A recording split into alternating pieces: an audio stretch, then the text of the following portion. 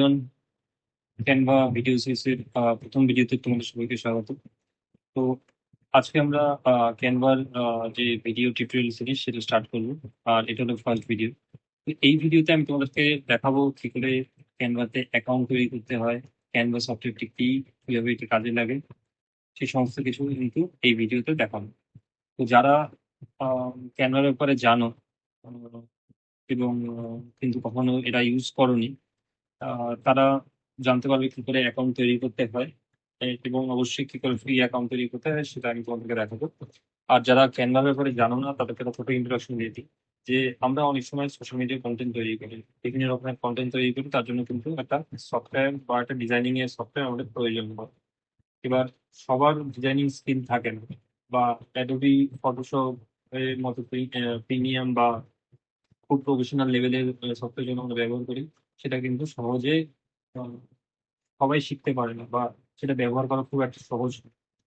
কিন্তু সোশ্যাল মিডিয়াতে যারা কাজ করা হয়, সেটা পার্সোনাল কাজ হতে পারে, কোনো কোম্পানির হয়ে কাজ করছো বা ডিজিটাল মার্কেটিং এর কাজ করছো, বা সোশ্যাল মিডিয়া জন্য কন্টেন্ট বানাতে হয়, এতে কিন্তু সফটওয়্যার প্রয়োজন।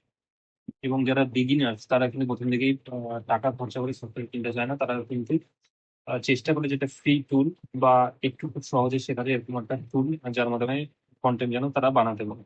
ক্যানভা হলো সেই টুল। প্রথমত এটি ফ্রি, অবশ্যই তোমরা এটা ফ্রি ভাবে ব্যবহার করতে পারো। এর মধ্যে কোনো রকমের কপিরাইট, কোনো লোগো বা কোনো কিছু থাকে না। তোমরা যখন কন্টেন্ট গুলো ডাউনলোড করবে, সেখানে কিন্তু এই কোম্পানির কোনো কপিরাইট থাকে না।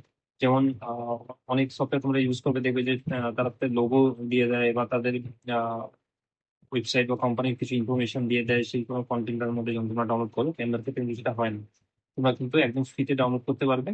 তো ফ্রি ভার্সনে কিছু লিমিটেশন আছে, কিন্তু যারা বিগিনার্স, এমনকি যারা একটু কোনো একটা সংস্থাতে কাজ করছো যেখানে তোমাদের দরকার বিভিন্ন রকম কন্টেন্ট তৈরি করে, তারাও কিন্তু ফ্রি অফ কস্ট এই টুলটা ব্যবহার করতে পারো। তো আজকের এই ভিডিওতে আমি তোমাদেরকে দেখাবো কি করে ক্যানভাতে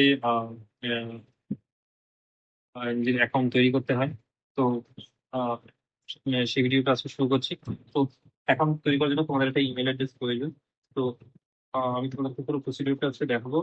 তার আগে তোমরা তোমাদের জিমেল অ্যাকাউন্টে লগ ইন করতে পারো, বা কেউ যদি তোমরা আউটলুক বা অন্য ইমেল অ্যাড্রেস ইউজ করো সেটাও তোমরা ব্যবহার করতে পারো। আমি সমস্ত রকম পদ্ধতি তোমাদেরকে দেখাবো যে কি করে এখানে তোমরা কন্টেন্টটা তৈরি করতে পারো। তাই ভিডিওটা সম্পূর্ণ দেখতে থাকে এবং তোমাকে জানাও তোমাদের যদি কোনো প্রশ্ন থাকে কমেন্টে, আমি তোমাদের সেটা উত্তর দিয়ে দেবো। তো চলো এবার জানা যাক কি করে ক্যানভা অ্যাকাউন্ট তৈরি করতে হয়। তো তোমরা গুগলে চলে যেতে পারো এবং সেখানে গিয়ে ক্যানভা টাইপ করতে পারো, বা সরাসরি canva.com এ যেতে পারো। তো আমি এক্ষেত্রে গুগলে গিয়ে ক্যানভা সার্চ করছি। দেন প্রথম যে রেজাল্টটা আসবে সেখানটায় ক্লিক করে দাও। এবার এরকম একটা ইন্টারফেস ওপেন হয়ে যাবে। তো এটা ক্যানভা ইন্ডিয়ার ওয়েব পেজ। এখানে গিয়ে তোমরা যে অ্যাকাউন্ট সেটা কিন্তু তৈরি করতে পারো। তো এর জন্য তোমাদেরকে একটা জিমেল অ্যাকাউন্ট দরকার হবে, বা যদি জিমেল তোমাদের না থাকে তোমাদের আউটলুক বা অন্য কোনো ইমেল অ্যাড্রেসে তোমরা ব্যবহার করতে পারো এখানে। তো যদি অলরেডি অ্যাকাউন্ট থাকে তো অবশ্যই লগ ইনে চলে যাবে, আর যদি না থাকে তো সাইন আপে যাবে। তো আমি এখানে দেখাচ্ছি সাইন আপ করতে হয়, সাইন আপে ক্লিক করবে।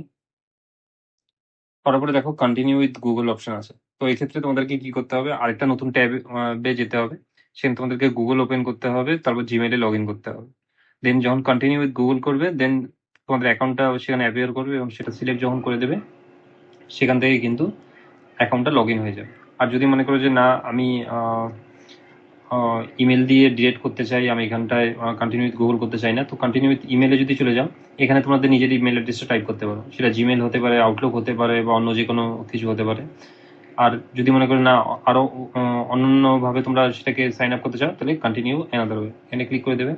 দেখো এখানে কিন্তু লাইন করে সব অপশন চলে এসেছে, continue with Google, continue with email, continue with Facebook, continue with Apple, continue with Microsoft, continue with work email, log in with mobile, continue with flavour. So অনেক রকমের অপশন। তো আমি প্রেফার করবো যে কন্টিনিউ উইথ গুগল, এবং এখানে যখন click করবে তখনই কিন্তু তোমরা সহজেই এখান থেকে নিজেদের অ্যাকাউন্টটা তৈরি করে নিতে পারবে। বন্ধুরা, ক্যানভাতে যখন তোমরা অ্যাকাউন্টটা তৈরি করে ফেলবে, তো এরকম একটা ইউজার ইন্টারফেস কিন্তু তোমরা দেখতে পারবে।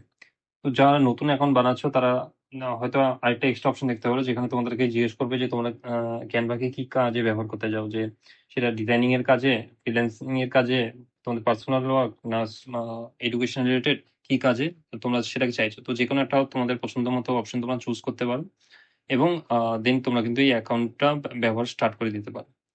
এ- এবার এই টুলের মাধ্যমে তোমরা কিন্তু ডিফারেন্ট টাইপের সোশ্যাল মিডিয়া কন্টেন্ট, যেমন ফেসবুক, ইনস্টাগ্রাম, লিঙ্কডইন, পিন্টারেস্টের মতো বিভিন্ন সোশ্যাল মিডিয়া অ্যাকাউন্টের কন্টেন্ট কিন্তু তোমরা তৈরি করতে পারো।